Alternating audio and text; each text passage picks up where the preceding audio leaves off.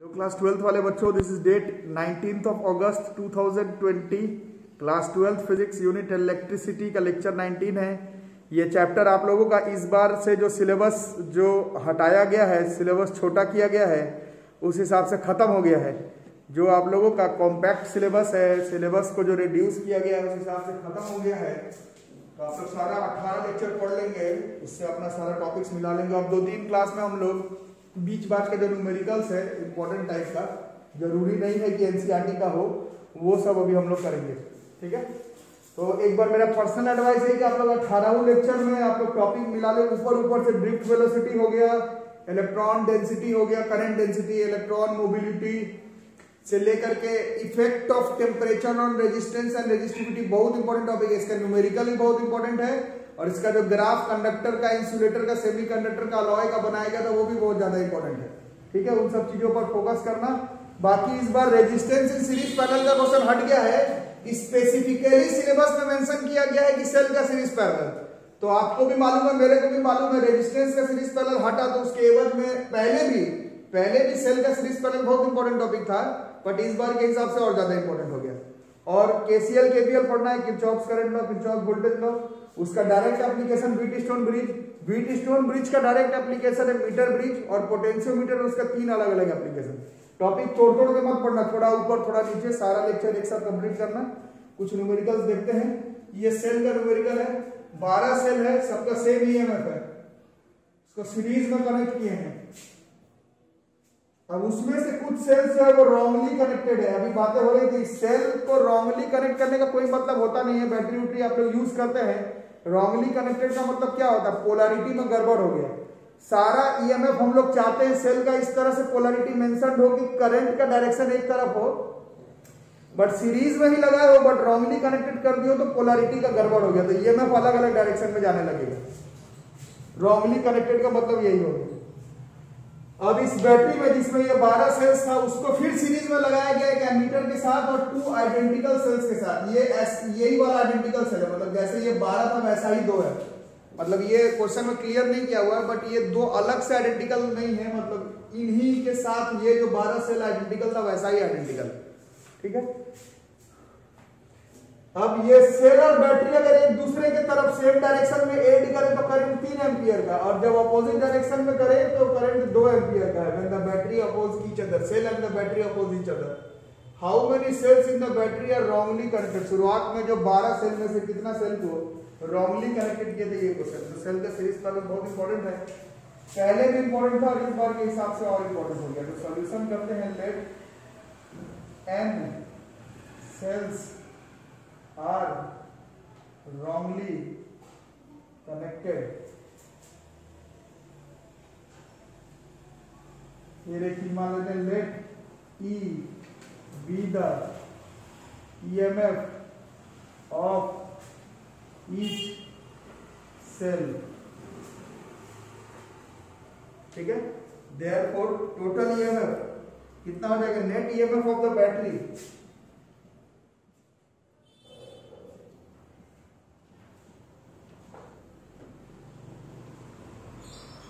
बताओ जैसे मान लो 12 है, 7 सही से कनेक्टेड है तो 7 ही होगा, और 5 अगर रॉन्गली है तो -5 ही होगा। इसी तरह से होगा ईएमएफ ऑपोजिट। तो 12 में से n तुम माने हो कि रॉन्गली है, तो करेक्टली कितना है? करेक्टली होगा 12 - n इंटू ई, और रॉन्गली वाला है -ne, इतना। ठीक है, तो net EMF of the battery से निकल जाएगा। इसको कुछ मानना है ई डैश, तो ये मान सकते हो, this is net EMF of the battery. ये स्टेप समझ लेना। Net EMF of the battery यही हो गया 12 माइनस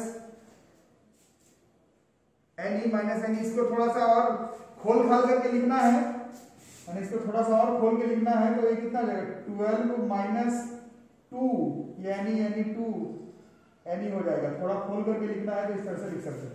ठीक है, अब इसमें कुछ खास करने के लिए बचा नहीं। ठीक है, अब इसमें कुछ खास करने के लिए बचा नहीं।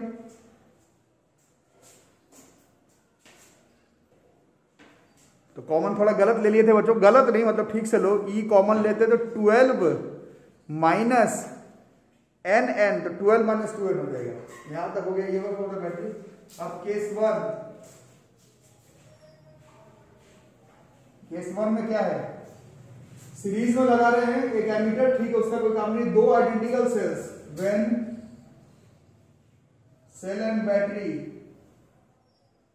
एड्स ईच अदर, दोनों एक दूसरे के डायरेक्शन में, सेम डायरेक्शन में, तो अब नेट ईएमएफ कितना हो जाएगा, इतना तो पहले निकाले थे, और इसमें ये दो और जो है वो हेल्प कर रहा है, तो ये हो गया, ठीक है। अब इससे करंट निकालते हैं, उसके लिए let R be the resistance of the circuit, नहीं दिया होगा तो कट जाएगा, लेकिन लेना तो पड़ेगा ही। Let R be the resistance of the circuit, तो करंट बराबर हम लोग जानते हैं I बराबर E बाई आर, तो E हो गया E 12 minus 2L plus 2E by R, और इसका वैल्यू दिया हुआ था 3 था, ब्रैकेट खोल सकते हैं। 12E में कितना हो गया, फिर से ही कॉमन निकाल लेते हैं, तो अब हो जाएगा 12 minus 2L plus 2 by are, 3 बराबर 14 minus 2L by R, this is equation number 1, ठीक है। एलसीएम वगैरह देख लेना कि कौन करती, ये तो हो गया। When cell and the battery aids each other, question में लिखा हुआ अपोज भी करता है। सेल का क्वेश्चन में दम नहीं है, बट गलती हो जाता है, दिमाग अगर खोल करके नहीं करोगे तो दिक्कत हो जाएगा। अच्छा बच्चों, एक बार और रिकॉल कर लेना, हम लोग का ज्यादातर सिलेबस सेम ईएमएफ वाले पर है, बट कॉपी में लिखवाया गया कि ईएमएफ अलग अलग होता है, उसको कैसे बनाते हैं पैरेलल में, सीरीज में, बट ज्यादातर सेम ईएमएफ वाला है। Case 2, when cells and battery oppose each other,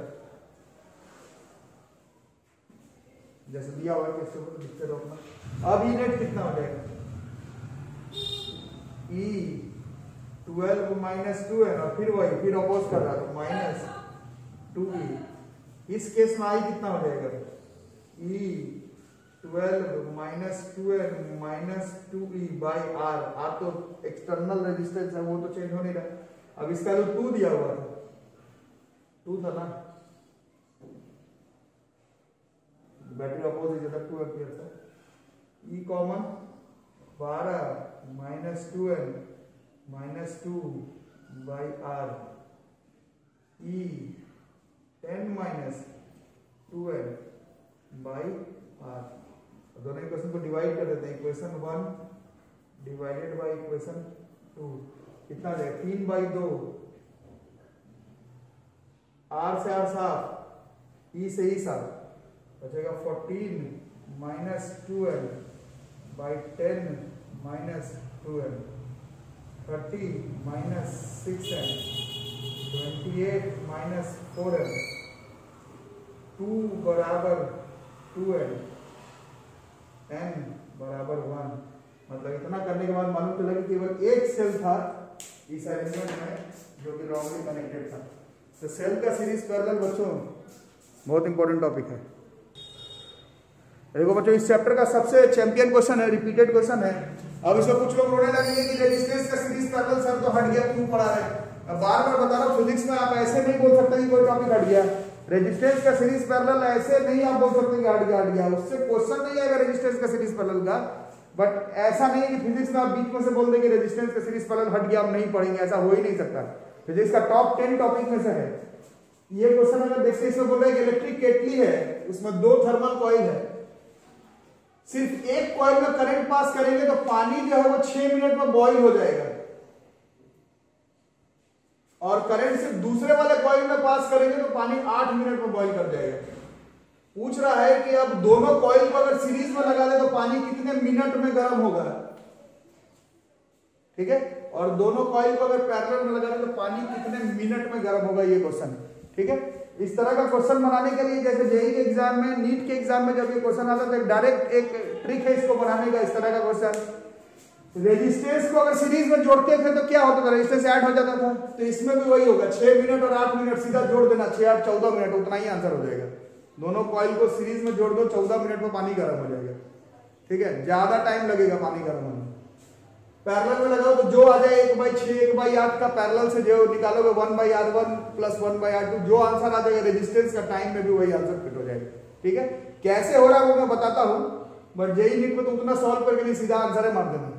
ठीक है, अब इसमें कॉन्सेप्ट इन्वॉल्व है बच्चों, जो लोग ने ठीक से पढ़ा 11th क्लास उन लोग को याद होगा, या फिर 9th क्लास भी।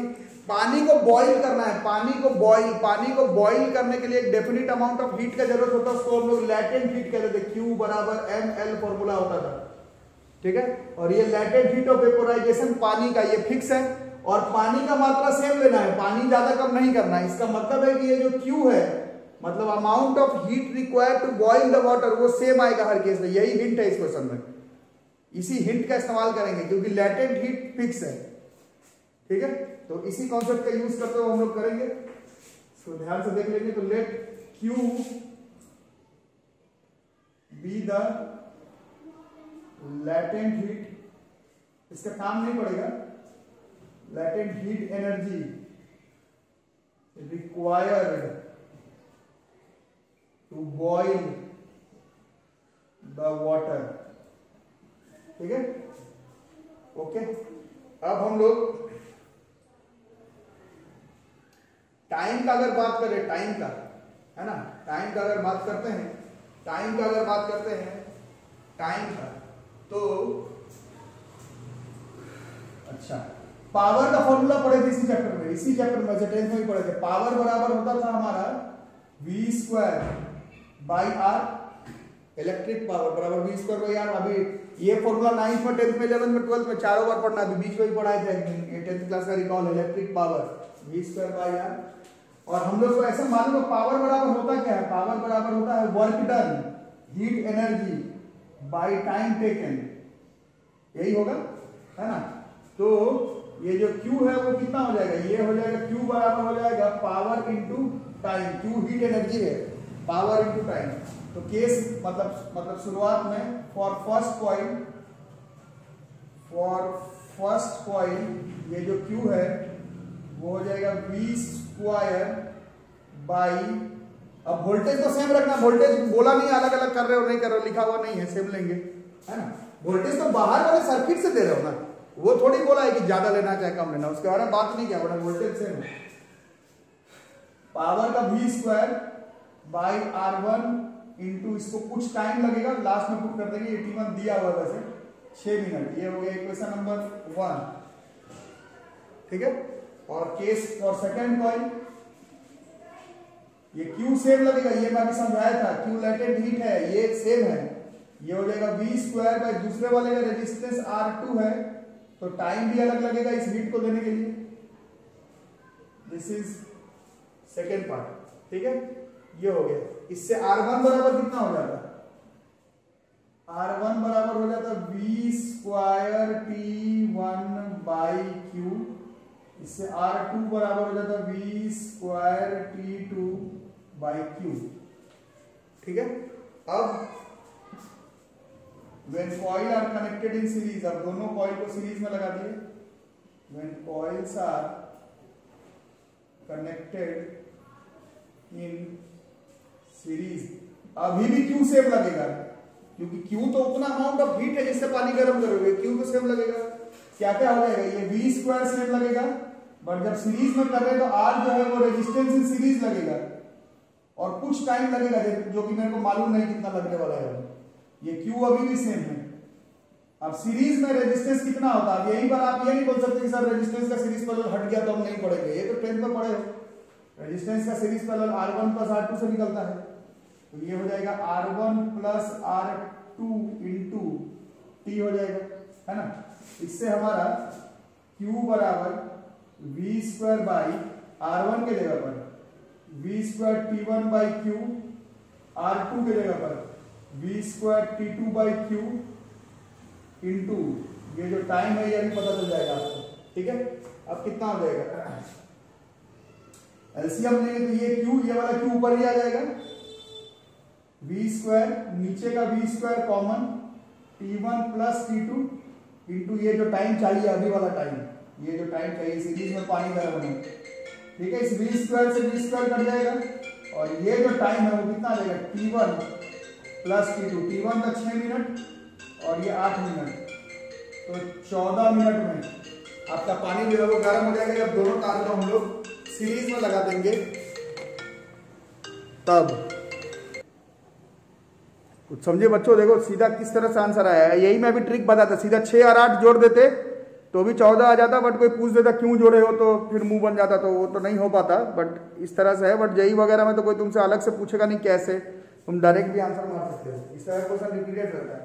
अब पैरेलल में करेंगे तो कहाँ चेंजेस होगा, ये सब तो ऐसे ही रह जाएगा, ऊपर वाला सब ऐसे ही। यहाँ पर when the coils are connected in parallel, ये सब ऐसे रह जाएगा। ये आरपी वाला लगेगा। अब आरपी का रेजिस्टेंस हम लोग यहाँ पर निकाल लेते हैं। आरपी तो ऐसे निकलता है। अब आप ये नहीं बोल सकते कि हम लोग पढ़े नहीं है 10th में।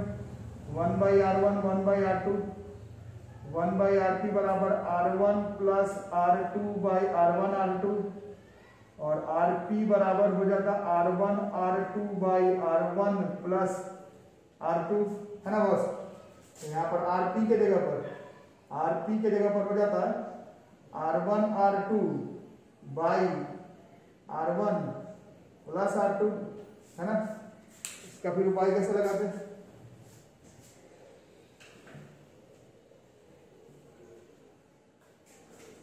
तो खड़ी लोग मुझसे Q बराबर हो जाता है, ये सॉल्व कर लीजिए। R1 R2 सॉल्व तो होगा नहीं, this is V square by R1 R2।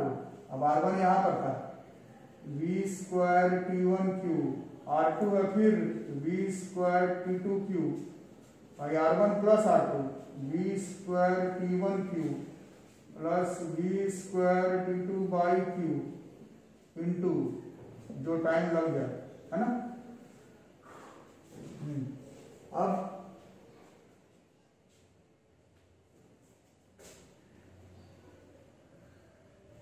कैसे होगा, इसका एक V स्क्वायर और एक V स्क्वायर कट जाएगा, है ना।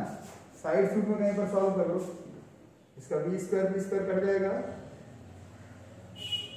V स्क्वायर कट जाता तो V by V square cut जाता तो 1 by T1 T2 V square Q square into LCM लेते तो Q ही आ जाता, नहीं ऊपर Q आ जाता, एलसीएम लेते तो, और नीचे वही आ जाता V square common T1 plus T2, तो इसका भी Q स्क्वायर ऊपर आ जाता।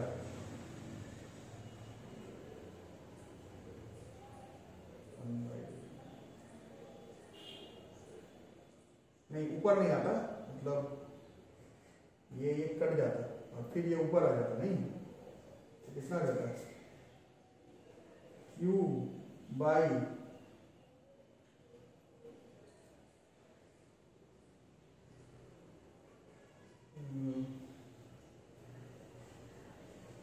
कहीं गलती हो रहा है क्या, एक सेकंड।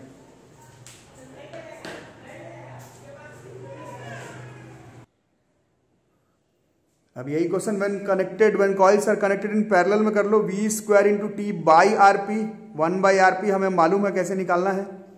पिछले बार में RS था, इसमें RP है, RP निकालो। R1 R2 सब सेट है, ठीक से समझ करके काटो। देखो काटा हुआ बोर्ड पर, आंसर 24/7 मिनट आ जाएगा। फोन पर बात हो रही है बच्चों से तो मैं बता रहा हूँ, जब जेई में नीट में आए इस तरह का क्वेश्चन तो इतना सॉल्व नहीं करना है, सीधा टाइम को ही रेजिस्टेंस मान लेना। जैसे 8 मिनट है और 6 मिनट है, सीरीज में जोड़ देना तो R1 प्लस R2 तो 8 और 6 14 आंसर आ जाएगा। पैरेलल में भी 1/8 प्लस 1/6, रेजिस्टेंस में भी उतना ही R1 R2/R1 प्लस R2 सही आ जाता है। दोनों जो इंडिविजुअल कॉइल का टाइम है उसको रेजिस्टेंस 1 रेजिस्टेंस 2 मान लेना, जेई नीट में बोल रहा हूँ। और जैसे रेजिस्टेंस का सीरीज पैरेलल करते हो वैसे ही टाइम का सीरीज पैरेलल कर देना, आंसर आ जाएगा। लेकिन ऐसे कोई पूछेगा कैसे आ रहा है, इस तरह से, ठीक है, तो पूछेगा किस तरह से आ रहा है, इस तरह से खुद से भी काट करके देखो सॉल्व करके।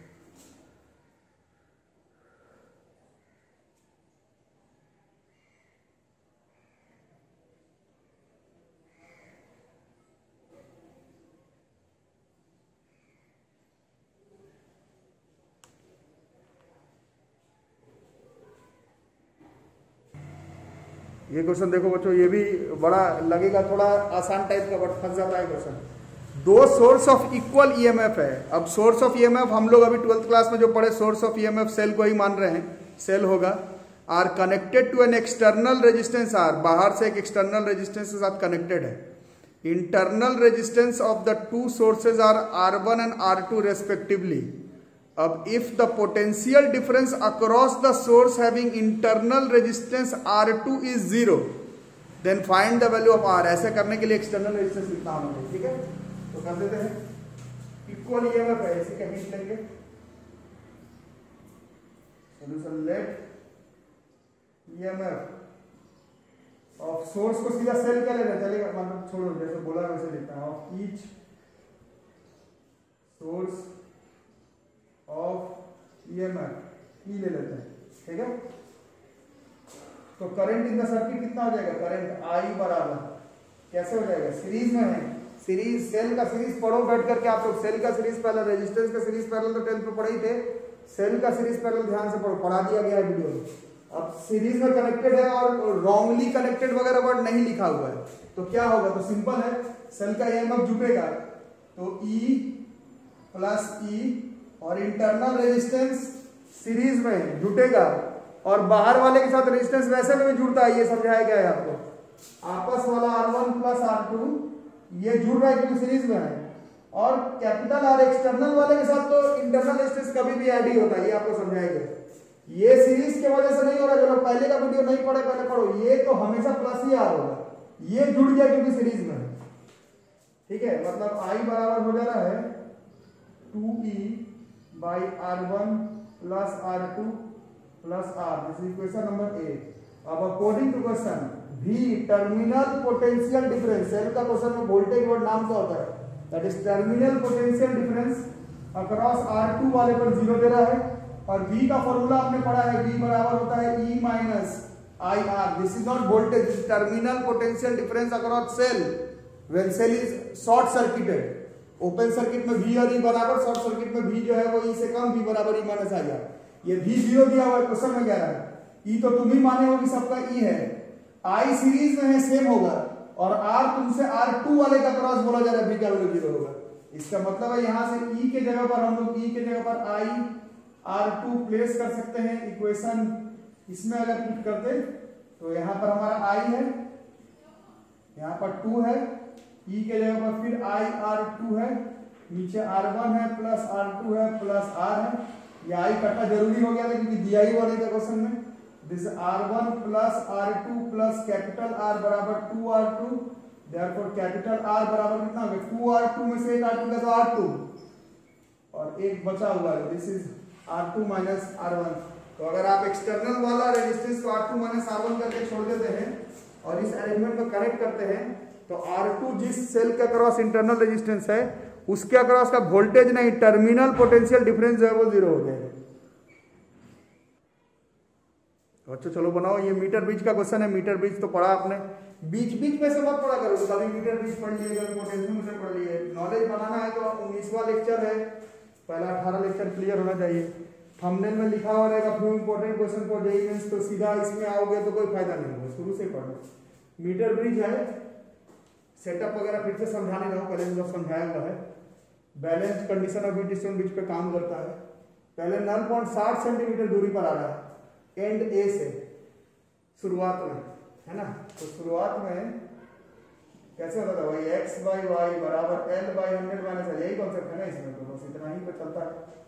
x बाई वाई बराबर L है 60 बाई 40, x बाई वाई बराबर 3 बाई 2 या फिर 2x बराबर 3 बाई, शुरुआत में ये है x बाई वाई बराबर L ए पॉइंट से 60 सेंटीमीटर पर, 60 बाई 40, 3 बाई 2x बराबर 3 बाई, पहले ये।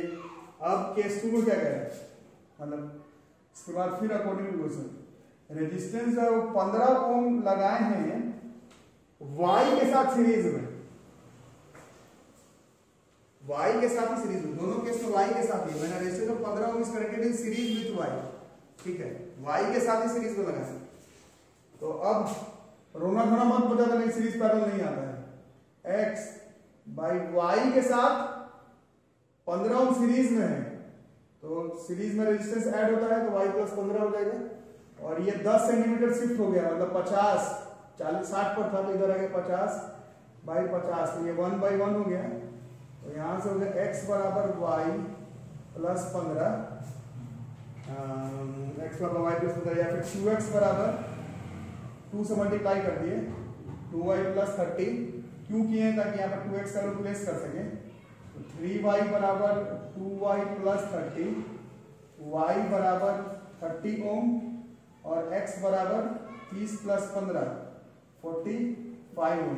बट x y नहीं निकल रहा था, ठीक है, x y नहीं निकल रहा था। अब क्या करना, y के साथ 30 ओम पैरेलल में लगाना है, y के साथ, तो y के साथ तो 1/RP बराबर 1/y के साथ, तो y का 30 है और जो लगाए हैं वो कितने का, ये भी 30 का है, 30 का ही लगाना है पैरेलल में।